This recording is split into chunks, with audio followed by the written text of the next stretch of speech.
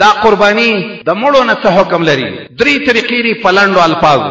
څوک چې قربانی د مړي نه کوي، که مړي وصیت کړی نو د مړي نه په 3مه حصه کې دا وصیت سر ته ورسوه. ځکه قرآن کریم کې رب العالمین فرمایي چې مړی کوم وصیت وکړي د هغه وصیت سر ته رسول پکار دي.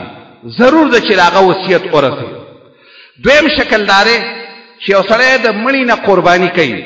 د مړي نه قرباني داسې سوچي ځان له قرباني کومه او دا دې زمانه موشي او دا دې زما د مړو خپلوانو ټولو نه وشي. دا نیت کول صحیح کار دی، دا غلطه نه ده.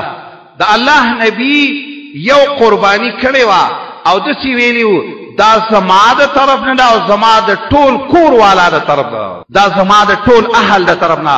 په دغه وخت کې د رسول الله اهل څوک وو؟ ژوندي عباس و، علي و، عائشه وه، نورې بیبیانې د رسول الله.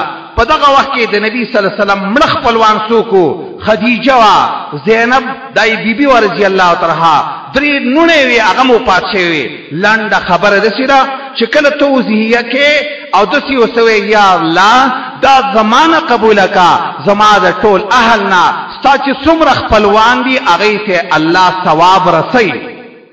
یو دریم شکل داسې دی چې خلک داسې وایي چې دا وضحیه دا زما د پلانکي مړي د طرف نه شوه، مستقله حصه ولې وکړي. په یو صحیح حدیث کې د مړي نه مستقله اضحیه کول د دې د وجه نه عبدالرحمن مبارک پوری وایي ولم اجب فی الاضحیه عن المیت حدیثا صحیحا صریحا مستقله. مستقله اضحیه کول د مړي د طرف نه چرته نه ده کلی رسول الله نه صحابه کرامو کړي ده. په صحیح حدیث کې دا نشته چې ګنې چرته به د مړي د طرف نه صحابه په خپل اندازه مستقله اضحیه کړي وي.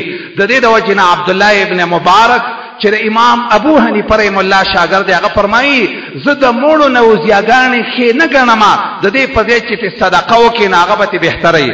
او زه داسې ویم چې کوم یو سړی د مړي نه اضحیه کوي هغه ته ووایه چې د مړي چې کوم میراث دی هغه ولې نه تقسیموې چې ته د مړو نه اضحیهګانې کوې. میراث ورکول د مړي نه فرض دي، د مړي میراث تقسیمول ستا د خور حصه ورکول په تا فرض دي. په دې کې داسې مسله ده چې زمونږ عقیده ده که دا خیر وي او د مړو نه مستقلې اضحیهګانې کول ښه وي. محمد رسول الله به یوه اضحیه د خدیجې نه کړې وې، ډېره ورته ګرانه وه چې کله به یې قرباني ګډ به حلال کو د هغې د دوستانو که به یې غوښه لېږلې. یو ورځ به یې داسې ویلې وې چې دا زما د پلانکۍ ښځې نه حمزه ورته ډېر ګران و، د هغه په شهادت باندې د سترګو نه اوښکې تللې وې. خو د الله نبي داسې چرته نه ویلي چې دا زما یوه اضحیه چې شوه نو دا د حمزه رضي الله تعالی